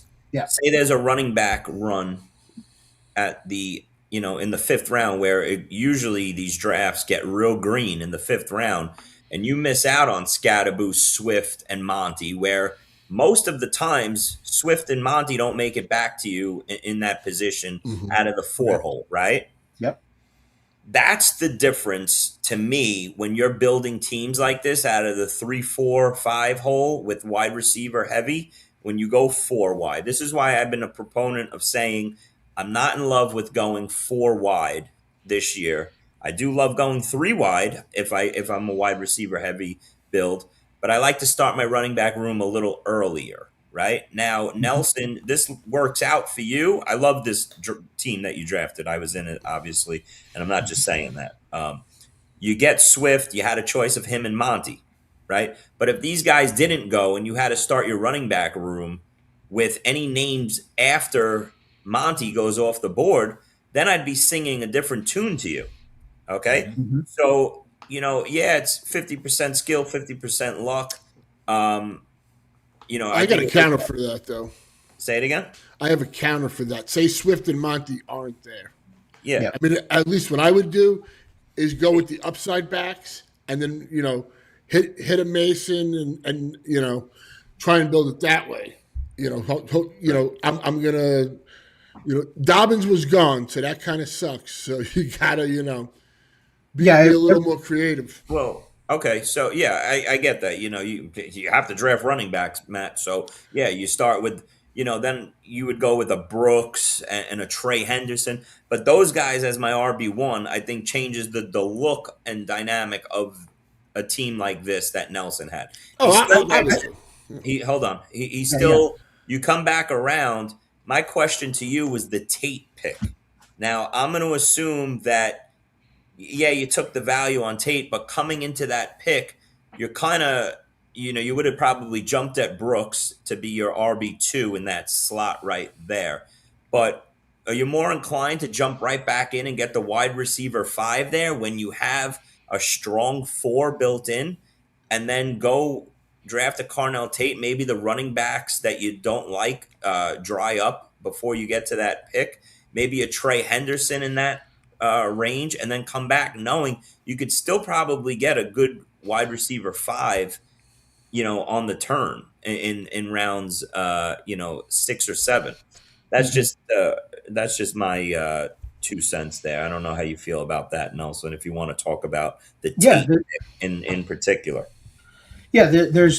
There's two different ways of building it. It depends how you feel about Tate. If you think that he's just an average wide receiver and not like gonna be a true number one his rookie year, then you pass on him and you take probably Tootin, or you mix in Henderson for the upside. You could take Stevenson and have a guy that should be solid to start the year. Uh, I'm of the opinion I think Carnell Tate works with Cam Ward very well. I think he's gonna have a lot of big plays this year in that offense, and it's a strength of mine with the wide receivers. But once there wasn't, I didn't think like I just don't think that I want to go and take a running back every single time, especially when there's a receiver like Tate. So I looked at it as, okay, my strength is wide receivers, but I'm going to keep adding to that room. I'm going to get a really good number 5. So if there's injuries, Neighbors is not out of the woods. He's a health concern. Waddle was just banged up. So Puka's currently banged up. So I looked at my wide receivers. On paper, they I think, look nasty, for those 4 wide. But there's some question marks. So I looked at it as, you know what? Let me add another wide receiver, and then I'm going to hammer running backs the rest of the way, because I am comfortable punting my RB2 basically, and figuring it out in the later rounds. Which you almost had to do on a whole here. When I look down the board, you get after Tate and you solidify your 5 wide receivers. Now you can take a break from your wide receivers. You're probably thinking, all right, no problem. I'm going to come back. I'm going to get, a solid vet RB2 at, in the 7th there. But then Drake May falls in your lap. So you're not passing an elite top 4 quarterback there, right? But if you don't get Mason to come back to you, now there's the cliff. I don't know how. The nice thing is he already knows that teams 1, 2, and 3 have 3 running backs in the bag already, so it makes it a little bit easier to try to push that running back around the corner. Yeah, and also I think Nelson's doing a huge volume. He's doing a lot of prime time, so I don't really have a problem with taking those 4 wides and saying, you know what, this might become a car crash a little bit at running back. But if it doesn't, then I'm sitting really, really good. You kind of give the draft a chance to come to you and give you something nice instead of taking the safer way out. Which if I'm doing just 1 or 2 prime times, I'm probably gonna be more likely to take the safer way out. But if I'm doing a whole bunch of them like Nelson, if I've got 30 prime times, I'm gonna probably try to push the envelope a little bit from time to time. I think my biggest argument would be, if you don't want to go with the 5th wide receiver, is just the upside plays in like a Tootin or a Trevion being there and having that RB1, in Swift. So but I think it worked out, and like I said, I watched. It worked out perfectly. It worked out beyond perfectly in my. And then obviously Nelson, he goes and hits all the green straight down from basically rounds 10 through 16, which is what you're supposed to do. And he's got all these lottery tickets willing to come in and be his RB2 if Mason can't hold it down. He should do the commercial. Fortune favors the bold. Yeah, there you go. All right, Team 5, Chris. Team 5, geez, let me see. I liked this team. I remember when I was overlooking it, to get Bowers in there. The Bowers build is always a little difficult, but he builds it the way I think you need to. If you're hitting Bowers in round 2, you're coming right back at wide receiver in rounds 3 and 4. And then, he gets his RB1 where he should, in my opinion, in round 5. So you're looking at Bowers an elite wide receiver 1, basically. You come back around, you get ETN as your RB1. Come back, you get Harrison as your 4, which I'm good with. So I love the first, 6 rounds here. I think it's perfectly well built. and then you're going and attacking the green stickers. And whether you like these names or not, that was the right approach. He waited and paid the price, I think, at quarterback. I think he could have maybe jumped up one more round and maybe clipped one of these guys. But from what I remember, I think quarterback were going pretty heavy in this draft, or all went in that section of that 8th, 9th round. After that, his wide receiver depth isn't that good. And that's really it. I mean, I don't have any problem with the first 10 rounds build-wise, what he did. I know he's got Baker with the Egbuka hookup, but no real issues there. My big thing that stood out to me, and it's just a personal preference, he only had the one running back. I would have taken a Mason over Harvey. Mason's been like the talk of that camp. They changed the whole run scheme. And then you could possibly get like a White or a Gainwell the following round. You want to go that way. That's the way I would have looked at it. But, I do like the Rodriguez and Coleman there as well. So, just passing over Rico Dowdle like he doesn't even exist, I tell you. No, he's got some names. He's got some options to play at RB2 here for sure. And this is something I've seen more drafters doing lately, which is doubling up with Harvey and Coleman. So that seems to be it's kind of a bet against trend. JK. Yeah. Yep. Okay. Team 6. Matt, is that you? I think it is. Okay, me again. I touched on this earlier. Like JSN, I am not fading JSN. I think the OC is going to be just fine there. I think it's a guy that. One thing I love about their head coach, that first season, he fired the OC. He wasn't getting what he wanted. Obviously, Kubiak was, one of the uber talented OCs. But I think he's pretty good with that. Like I said, it's just if you go the 3 running backs here, it just makes your wide receiver room tough. I mean, can Sutton, Metcalf, and Pittman produce? Yeah. I mean, they're not guys that I'm into, so maybe I look at it a little differently here. I just think if you would have taken a Parker Washington or a Watson there, even if say you're a big JMO guy, I think it, for me, makes it a lot better on that aspect. Jake Ferguson, I mean, Dan, you've been shouting from the hilltop, avoid this guy. He's not the tight end 1 I want. If he's a tight end 2, whatever, you could say that. This guy's tight end room is from like 2020. The other thing I don't get is he got Dobbins as his 4th running back. Like, why aren't you hitting a wide receiver instead of Aaron Jones? That definitely had a wide receiver there. You've made the bet. Like, to me, if you went 3 running backs, I'm not touching a running back till past double digits, and So, I mean, those are the things I had the problems with. Jerry Jeudy, to me, seems to be becoming undraftable. I think I'd rather have Isaiah Bond, to be honest with you, than Jerry Jeudy in a draft. I think this draft was a real mess, in my opinion. Really, I'm trying to be nice. Structured. I won't be. That's, I guess, my role on the show here. I'll be the prick. Structurally, it was a mess. Age. You got too many outside receivers here. You got 2 Steeler receivers together. Dobbins as a 4 after you load up on 3 straight running backs. You move up Nix and Jake Ferguson at the quarterback and tight end position, way too much that you didn't need to. And then everything else is just uninspiring. So don't like it. Don't like it at all. Okay. I'll say this: his best tight end might be Evan Ingram in the 19th from the buzz we're hearing out of Broncos camp.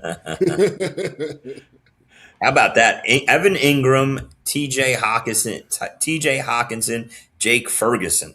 Again, tight end room straight out of I don't know 2020 maybe not, but 2023 for sure. That would be the ideal tight end room then. I thought I was getting us coming straight out of Compton for a second. Straight out of Compton. Yeah. All right, Nelson, you got Team 7. Yeah, so Team 7 decided to go with the 3 running back approach. McCaffrey, Barkley, Henry. Players aside, because I have like my opinions on those guys. I'm not exactly high on them. He then went ahead and took wide receiver in the fourth and fifth round. So here's my opinion. Tootin, he just felt like it was probably too good of a deal to pass up. It's kind of like with me with Carnell Tate as my fifth wide receiver. So who am I to criticize this? But if I'm gonna go and build a three running back approach, I'm painting it yellow for a little while. I'm going to make sure I have good quarterback play. I'm going to make sure I have good tight end play because you don't want to give away any edges. But I look at it as like Tootin there as a number 4, came fired up, dribbling, Alec Pierce. There's a lot of risk with this team. So once he makes the bet on Parker Washington and Brian Thomas, I already know where he's headed with this. Trevor Lawrence is going to be part of the plan. But then you add Tootin to it. I don't know. Like Stribling, Pierce, he's got to get one of Stribling, Pierce, Boston, Trey Harris to work out as his wide receiver 3. I think it's a risky team, but I like taking on risk. So we don't need to be safe every time. But this is why if you give me, all right, Nelson, what's my preference here at NFFC? I hate 3 running back starts. I just don't like doing it. I think in that third round, you pick one. Either you bypass Barkley and you take Olave, Pickens, or Neighbors, or you bypass Henry and you just take a wide receiver that you feel like you can count as like your true number 1. Then you get Tootin in the 6th round to put in your flex. I know Henry, he's a monster and everything, and there could be a potential edge there having him as his flex. But I think he invited a lot of risk with this team and trying to figure out who his wide receiver 3 is. Trying to add Tootin in there to part of the stack, I think, is where he really, really went wrong. I mean, you can build it the way that he did, but you just can't have that Tootin pick in there. Just can't be. It's got to be a wide receiver. Yeah, that doesn't make sense. The Tootin pick, like Nelson said, the 3 running back start. I hate it because now you took yourself out of the running back. Anything that falls at running back, that's a value that you can't take. You can't capitalize on it. But yet he said to himself, "Oh, Tootin's here at this price. I'm taking it." Well, you needed to start your keep hitting the wide receiver room. He goes with Tootin. That guy sits on his bench. I don't like this team at all. Also, I pass Godwin and Downs right there. Yeah, So we just talked about about to face right? this team in week 7. This is a gift if you face this team head to head in week 7. So a lot of issues with this build. Yeah. Can we say one thing because we really never talked about it? Like, I don't have a problem with Pierce in the 8th round as his 4th receiver, but with the Keenan Allen signing that's been rumored for a long time, are we feeling that Pierce is good chance he's starting on the pup? I just wanted to bring that up. I think with the Keenan Allen signing, I think there's a good bet that's what's happening. Mm-hmm. Yep. I don't mind shooting for the upside, and which he did. Stribling, Pierce, when he's healthy, Denzel, Boston, Trey Harris, you're firing. Like you're just going upside, forget about floor. I just wonder with that type of build, Godwin as a floor play and potential upside play looks a lot better as your wide receiver 3. And then you go from there and just say, you know what, I gotta leave the value alone in Tootin. I gotta get my number 3 that's rock solid. And now I've got my Jaguar stack with Godwin. I think that would have changed the team around. Yeah, but also, look, we talked about Boston, and we all like him, but he could have got like a Kincaid or a Goddard there. And I think in the middle to late 10th round, that's tough to pass up too. Like if he changes that Godwin pick to, and he adds one of those 2 tight ends, then this is a really different team. And with starting with the 3 running backs, I would have probably really liked it. You know. All right, team 8. I like this build also. We've got CeeDee Lamb, Amari and Hampton, and then follow up with a couple more wide receivers, Devonta Smith, Christian Watson, Tyler Warren, I thought fit really nicely in with this build, and then comes back with Godwin. So, basically through 6 rounds, you're looking at you got your 4 wide receivers, you got a good strong running back, and then you've got an elite tight end, and then he comes back and is able to nab Pollard for his running back 2, and then still hit Jackson Lamar for his quarterback, which I thought was a really, really nice price on him as well. And then and then it's just a matter of man, you've got your core set right there. It's just a matter of finishing out strong, which I feel like it's a pretty good job. You got Keaton Mitchell, backing up Hampton, or complimenting him. You've got Tyrone Tracy, Dylan Sampson, Kamani Vidal. Okay, so maybe a little heavy on the the Charger running backs, but George Holani, Devon Claiborne. So I really like the running back room that was put together. I'd maybe gone with one less Charger. Tyler Shuck backing up Lamar Jackson. Then you've got, for your wide receivers 5 and 6, you've got Jordan Addison, Romeo Doubs. I think those are really, really solid. So I thought it was a very well-constructed team. I told Chris my only critique, and it's just a personal preference. Instead of Pollard, I would have taken a Mason or a Dobbs there as my. Is this Chris's team? Yeah, it is. I was gonna wait till you all talked about it. I figured that you all knew it already, but I thought I knew it. Didn't know. I was hoping Dan shitted on it. Yeah, but that was my only like I said, it's a personal preference. I'm not really big on the Titans this year, their line, and I think Denver's got the best, and it seems like Minnesota, with the changing of the run scheme, favors him. That's all. Otherwise, I think he pretty much nailed it. Yeah, so my opinion is that I'm fine with the Pollard pick because I have a lot of these type of builds, hero running back or starting 4 wide receivers, and you got to take whatever the draft gives you at the time when you're at the mercy of the draft a little bit when you build this team this way. Mm-hmm. And all the high upside running backs were gone. So I think there's nothing wrong with taking a number 1 running back on an offense he's going to be steady. He's going to be okay.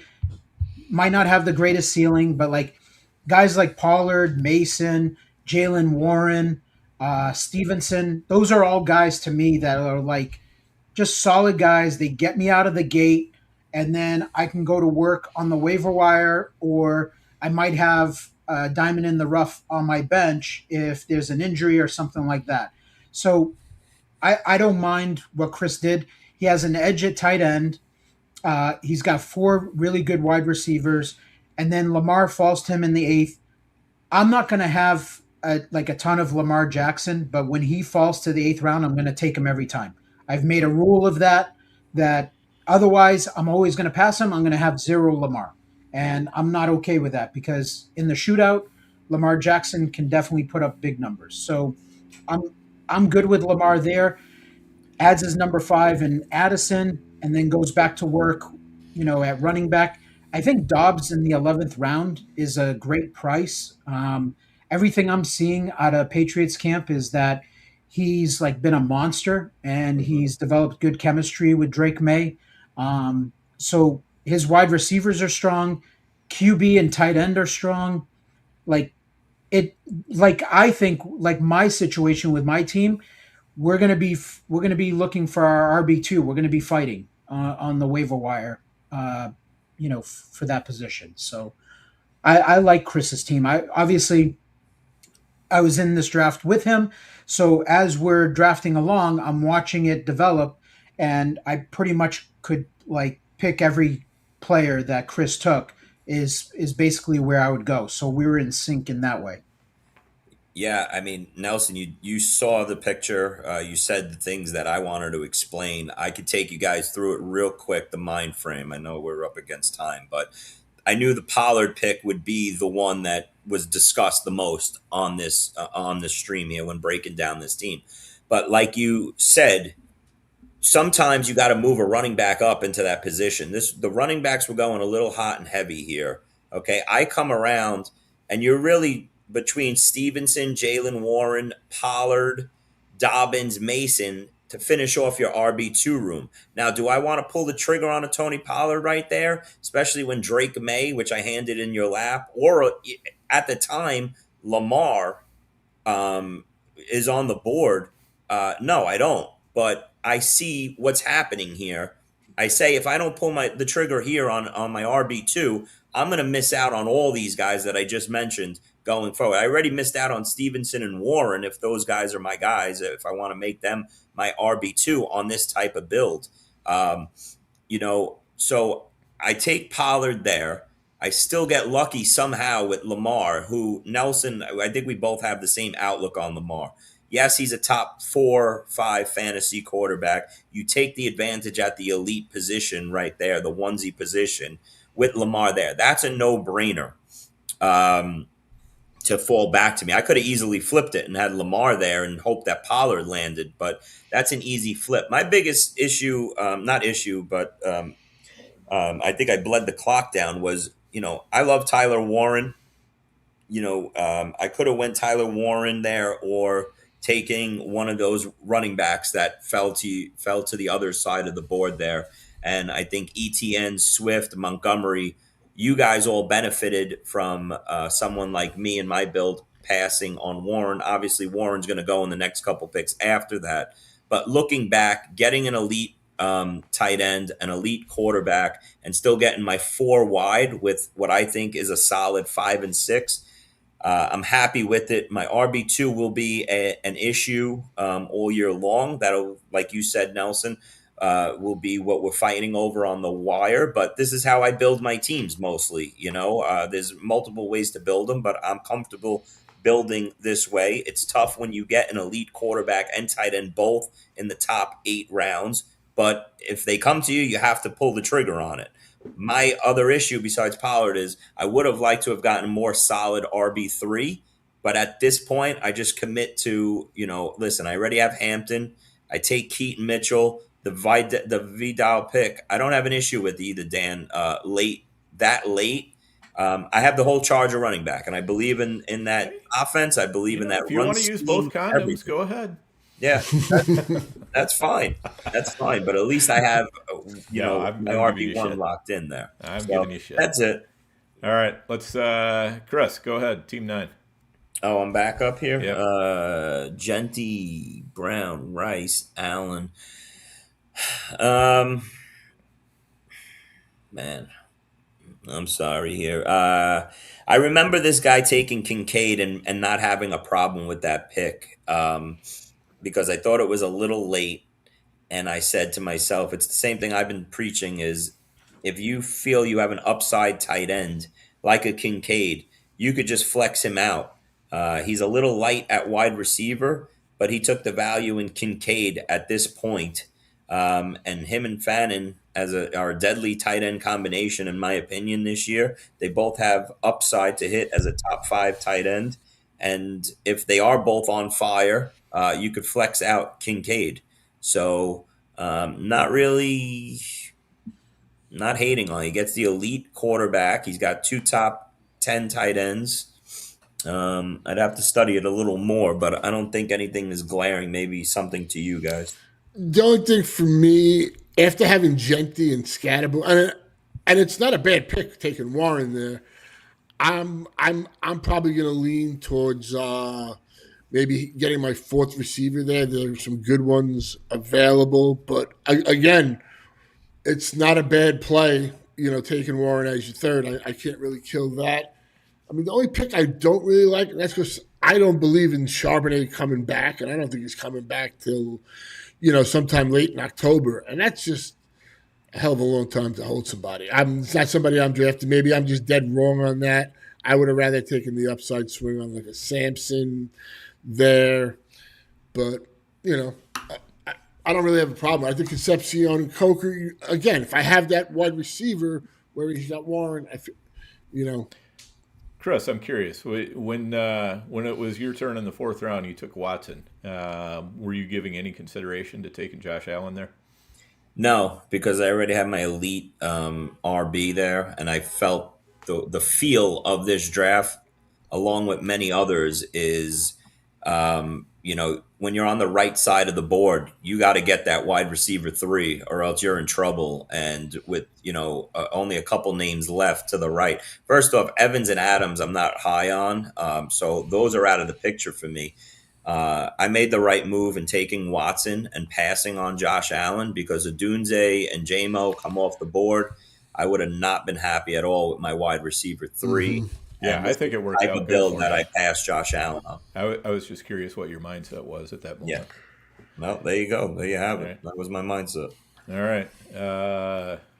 Who is it? Matt, you're up. I'm up. Okay, this is the Cook team. Yep. And look, Brian in the third, I don't have, I don't want to say I have a problem with it. I just like to just keep hitting the receivers there. But Cook, Henderson, to me, is I'm good with that. I will rock that, or like a Cook Tootin type of player. I'm fine with it. And then I might have been a little more aggressive though, tried to maybe get that, third, either my third running back, or I would have, I probably would have did that. Like say where Shakir went.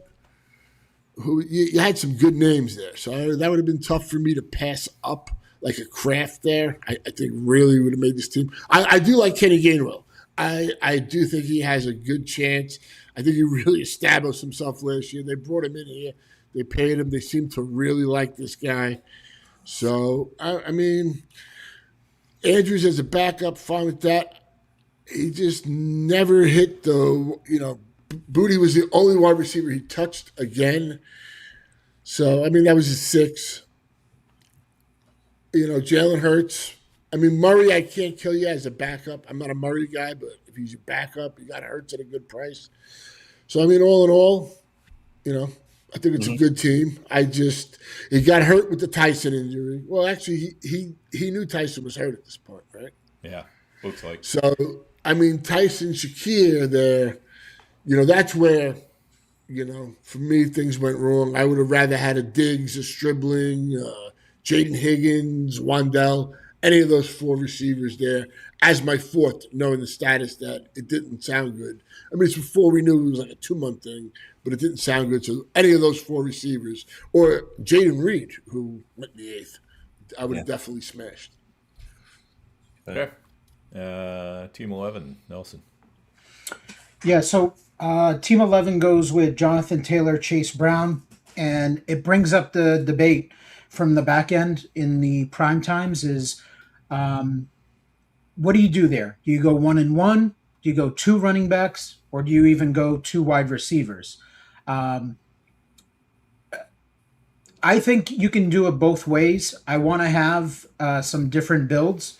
What I liked about what this team did was that in the 3rd round, he took wide receiver. 4th round, he comes back around, takes best receiver available as his wide receiver 2. Then the question becomes, do you get nervous and push up a wide receiver as your number 3 because it looks good on paper, okay, but it's actually, not that great of a pick? Or do you go and take the value at running back and put him in your flex spot, and now your flex is solidified, okay? Mm-hmm.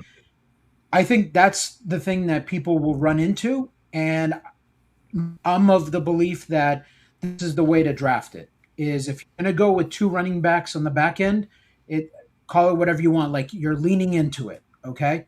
So you take the value at running back, make your flex and your RB1 and RB2 strong, and then you just got to focus on that wide receiver 3. So he takes Javonte Williams, I think in the 5th round is a great price for a guy that's going to be the starting running back. Even if he's going to regress and Jaden Blue's going to be a little bit involved in the offense, I think 5th round's a great price for him. He then came back around and he got Michael Wilson, who I think is like a solid wide receiver 3 on this type of build. And then he takes Joe Burrow and he gets a potential edge at quarterback. I think that's how you build those kind of teams. Is you don't want to sit there and just hammer wide receiver and totally forget about the quarterback position necessarily, especially in this format. The part that I didn't really like understand is the next turn he goes Jacoby Myers, Debo, whatever. Like, take the players that you like. I'm not gonna give you shit on him over like what my opinion is of the players. I think the position was the right way to attack it. I didn't understand the Stafford pick after, because when you take Burrow, Drake May, Lamar, we've seen him banged up through the years, so like you want to make sure you have a good QB2 potentially with like Lamar. That's always in the back of my mind. But when I take Josh Allen, Drake May, Burrow, I'm gonna wait a little bit on that second QB2 position. So he gets Goddard. I love the deal on Goddard. When I was watching this draft, I was like, oh, he's going to double tap Kincaid Goddard here. And then, like, that's really nasty at tight end to go with Burrow. He's got 3 really good running backs on this team. Shit, like, he's going to paint it yellow from here on out. And he just got to make that wide receiver 3, work out. But he might have it in Wilson. So there was a couple of little things that I think I would have done differently than him. But overall, I thought it was solid. Yeah. Yeah, the Stafford pick was the one I didn't understand there. Well, the thing with the Stafford pick is he could have, most likely in like 2 rounds later, he's getting a good backup. Right. Yeah, it was just the wrong pick. That's really all there is to say about it. But I would put Burrow kind of in with Lamar in the fact that they've missed a couple of seasons in the past few. But you can't bank on that, Matt. Oh, no. But I'm just saying, I would. If you're going to say that about Lamar, you got to say it about Burrow. Is my point. Sure. Yep. All right, Team 12. We'll try to make this quick. We're almost at 2 hours here. I don't know. We had Drake London, Ken Walker, Nico Collins, Loveland, Mike Evans, then Corum and Stevenson for second and third running backs. Golden and Worthy for his 4th and 5th wide receivers. Purdy at quarterback, who matches up with, he stacks up with Evans. All the same, I kind of felt like this was a team that was sort of assembled more at random without really, I don't see the vision here. Maybe you guys do. Not crazy about it, but I don't hate it either. I mean, like, you still have the player names, maybe not crazy about them, but that's not what we're saying here. You still get an elite tight end and 3 wide receiver 1s to start your draft with, and you have your bell cow. So through 5 rounds, I got no issue with it at all. You come back around, you take a running back and Corum and Stevenson combination. I don't have a problem with that either. Week 1, probably Ramondre starts as your RB2. That's solid with Corum waiting in the wings. Golden and Worthy, couple of wide receivers that can hit as your 4 or 5. I mean, it looks weird. I think that's probably the issue. But at the end of the day, when you put the starting lineup in, it's okay. Solid. Yeah. Solid. Yeah, I don't really have a problem with it. Again, you might want to say players here you like or you don't like, but yeah, I think it's a little it's difficult at the ends too, because you're having to anticipate the next 20 odd picks. And grab the 2 guys that you think you're going to need, and then try to anticipate what the runs are going to be, what's going to be left coming back to you. Just adds a little bit of a challenge. Yeah. I think we did 2, Dan. I think we hit 2 hours. We have just about done that. Yeah, definitely. We're 90 seconds away. All right, what else can we talk about for 80 seconds? How's the weather today? The weather's beautiful, isn't it? Beyond Swahili hot here. Oh man, Nelson bad. probably has a 2 Beautiful p.m. here. Online championship that he's got to jump into right now. Well, we're actually hoping for the Davis and Theo Yes, sir. OC. There's only Yeah, there we 5. We need 7 more donkeys to Oh, join. that'll happen. When is that one? Oh, they're hoping for 4 o'clock today Eastern. Okay. I don't know. I It's always heard- 5. I'll I fill heard. up the last Okay. minute real What quick. do you got? What do you got? I heard that last night there was 3 10 p.m. online championships Yes. at the NFFC. So shout out to our sponsor and our guys, NFFC. We're halfway through August and we're already filling up 3 online championships at 10 o'clock. You have to assume that that's going to be a nightly basis type thing. That's pretty impressive. I can't remember any time in the past that in mid-August there being 3 online championships at 8 o'clock or 10 o'clock. So onwards and upwards the rest of the day. And if you want to draft against 4 donkeys, Thursday night, 10 o'clock. Ring You're the looking at the transition, 4 Dan. donkeys right here. Smooth transition, Dan. Yeah. We don't know who will be drafting that team as there is an internal struggle, conflict. Nelson surprisingly benched. Yeah, I'm It benched. might be me that's benched. I don't know. Just real quick, Tyron Thornton was carted off the field, so the Oh, there Cyrus goes the draft Aaron plans. Yeah, Drumbeat Cyrus gets Allen louder. jumping up There a you couple go. more Yeah, rounds. that's For sure. All right. Good job, everybody. Great show. Thanks to all of you out there who are joining us this week. We always love the feedback. Hit that like button, leave a comment, give us a review, whatever's appropriate to the format on which you consume the show. Good luck in your drafts this week. And to everyone in the Empire this week, we're going to see you all Thursday evening, 10 o'clock p.m. for the live streamed NFFC Football Guys OC. Until then, we'll check you all later.